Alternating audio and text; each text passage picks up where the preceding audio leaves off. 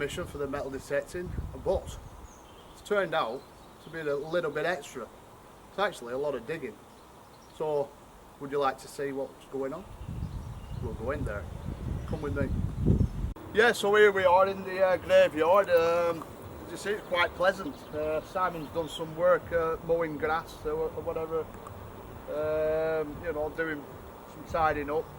But he actually told me that this place used to be covered with brambles, which would have been quite a bit of an undertaking. So it's not too bad.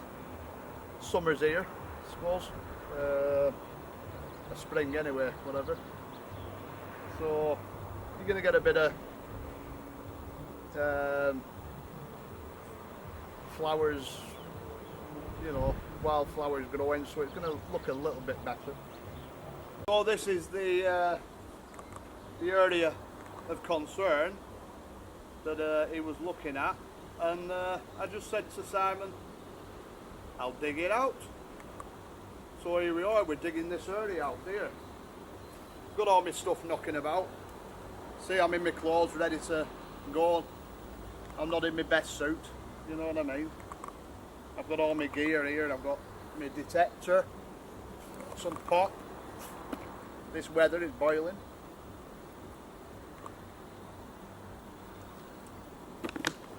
And we're ready to go.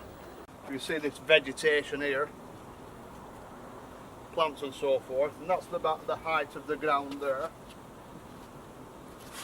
Comes across here, slightly rises to about this point on this gravestone. Yeah. Now, just a reminder, I'm not body snatching.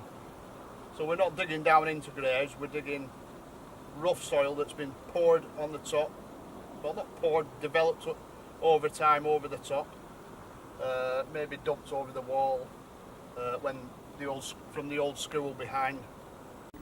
So it's actually diminished from the say 3 foot against the wall there that I mentioned, and to this level here. So I don't know, you're talking maybe 1.5 foot there, but still it's hard digging. And what I do is I take out a few bucketfuls at a time.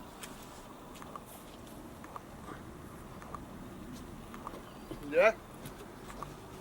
Put the soil in,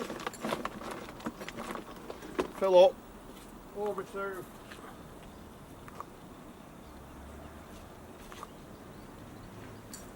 this here.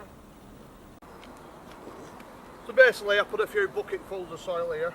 I take out rocks because actually Simon wants the soil to take to his daughters for topsoil for a garden. So I take all the clods out, glass, whatever, spread it out, yeah?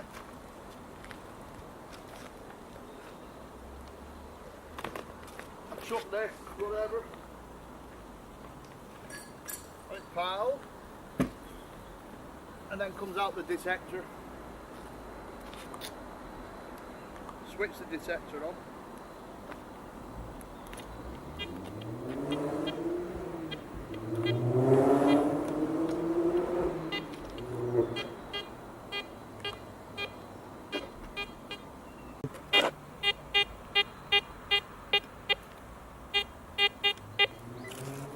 Let's see what there is.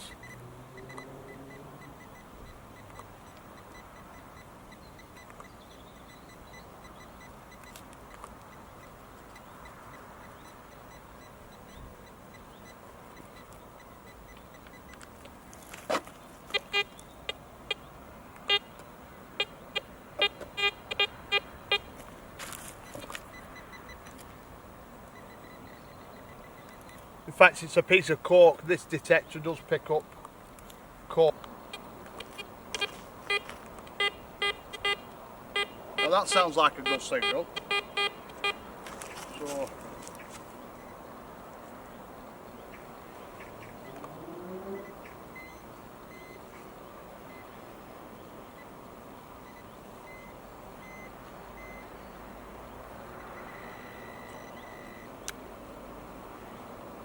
it's a 20p. There you go. We planted that just to show you.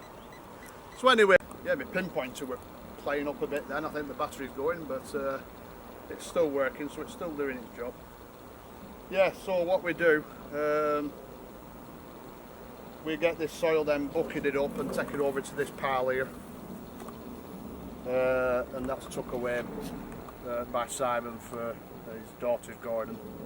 So that's basically it. We get all the artifacts out of the soil, old coins, whatever. Even non-metallic things come out. You get different plastic things, items. Some old, some modern, whatever. But I think getting back to the actual excavation, this is actually getting more interesting, I think, than maybe finding bits and bats that metal detecting is all about, because we've actually got archaeological remains here going back to the early 1800s. Yeah, so basically I was digging down, and I wanted to find the bottom of this gravestone, really, to find some sort of level that I could work at. So I carried on digging, and as you see, the writing stops here. I'm digging, and then I hit this flagstone.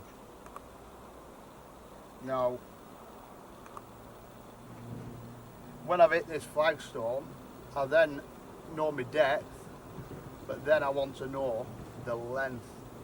So I'm digging, and finally come to the length. It's almost 6 foot, this flag. So now I've got this flagstone exposed. I don't know what it is.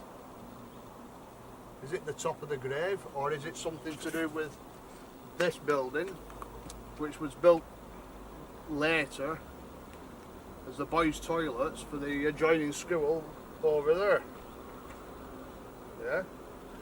Now, that's the bottom of the flag, so now it's pushing that way. So I dug to this level, kept taking the soil out, finding the artifacts, came across these flag pieces and this hard packed, man-laid floor, which extends to here and more or less goes in a straight line. So you've got basically like a pathway there, stretching there to here. So we've got that running this way, the path, I'll call it. Still going, yeah, right to the edge here, still going. But this is the first section of the dig. Flagstone, path. This wall. We've got the wall that comes down, and we've got it just else here, so there's a foundation here. So that's basically, I thought, was the bottom of the wall. But if you look closely here,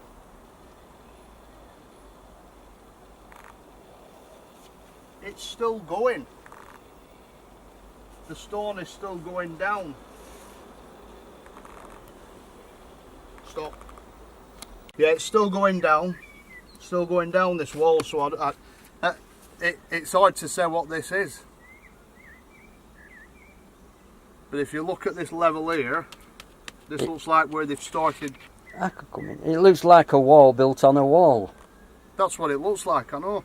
So the old wall being used as a possible foundations for a new wall. Because that's it's going quite down. Yeah. So it's, if you're using that as a base, it's a damn good foundation just for a little wall, isn't it? Where does it end? Yeah. So well, Simon, what area was the cornfield? But if he actually meant it to be here, that could have actually been an old boundary wall to that field, and that might be the actual level somewhere down there at the cornfield originally, going back to maybe 1600s, 1600s, maybe into 1700s, when the chapel was built. And then this is later Victorian. This is like later time, early Victorian, when they've laid all this. So, although there's quite a few possibilities to this first section of the dig, I'm going to carry on going along here in sections. So there's a lot of hard work to do, but I've dug quite a bit of soil out. I've measured this. I mean, you're talking approximately 3 foot deep,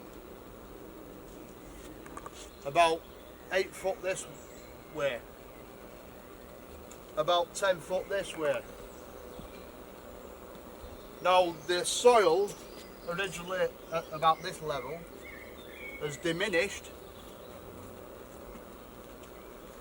to now at this level, which is probably about 1.5 foot, maybe, I don't know, a little bit more maybe. So it's, even though it looks less work, it's still hard work, but I am enjoying it.